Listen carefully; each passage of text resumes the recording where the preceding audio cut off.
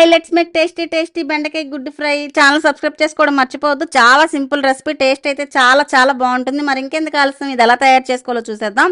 దీనికోసం ముందుగా స్టవ్ వెలిగించి కడాయి పెట్టి కొద్దిగా ఆయిల్ వేసి ఆయిల్ హీట్ అయిన తర్వాత తాలింపు వేసుకోవాలి. శనగపప్పు, ఆవాలు, జీలకర్ర, సాయమైన పప్పు, అలాగే ఎండుమిర్చి, కరివేపాకు వేసి తాలింపు వేగుతుండగా ముందుగా కట్ చేసి పెట్టుకున్న లేత బెండకాయ ముక్కలను కూడా వేసుకొని బెండకాయ ముక్కల్లోని జిగురుపోయేంత వరకు ఒక 3-4 నిమిషాలు స్టవ్ని లో టు మీడియం ఫ్లేమ్లో పెట్టుకొని మగ్గించుకున్న తర్వాత ఇప్పుడు ఇందులో టేస్ట్కి సరిపడా సాల్ట్, కొద్దిగా పసుపు వేసి కలుపుకోవాలి. చూసారా, బెండకాయలోని జిగురంతా పోయింది. ఈ విధంగా అయ్యేంత వరకు మగ్గించుకున్న తర్వాత ఇప్పుడు ఒక బౌల్లో 2 గుడ్లు తీసుకొని బాగా బీట్ చేసుకొని పక్కన పెట్టేసుకొని ఇప్పుడు వేగుతున్న బెండకాయ ముక్కల్లో 2 టీ స్పూన్ల కారం, 1 టీ స్పూన్ ధనియాలు, జీలకర్ర పొడి వేసి వీటిని కూడా ఒకసారి బాగా కలుపుకోవాలి.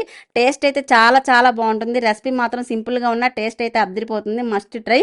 ఇప్పుడు మనం ముందుగా బీట్ చేసి పెట్టుకున్న ఎగ్ మొత్తాన్ని వేసేసి ఈ బెండకాయ ముక్కలకి పట్టేలాగా బాగా కలుపుకోవాలి. ఇలా డైరెక్ట్గా ఎగ్ వేయడం వల్ల నీసు వాసన అన్నది ఏమీ రాదు. టేస్ట్ అయితే చాలా చాలా బాగుంటుంది. మీరు రెగ్యులర్గా ట్రై చేసేలా కాకుండా ఇలా ఒకసారి ట్రై చేసి చూడండి. 2-3 నిమిషాలు మగ్గించుకొని స్టవ్ ఆఫ్ చేసేసుకుంటే అంతే, బెండకాయ గుడ్డు ఫ్రై రెడీ. ఛానల్ సబ్స్క్రైబ్ చేసుకోవడం మర్చిపోవద్దు. మరో వీడియోతో మళ్ళీ కలుద్దాం. బాయ్.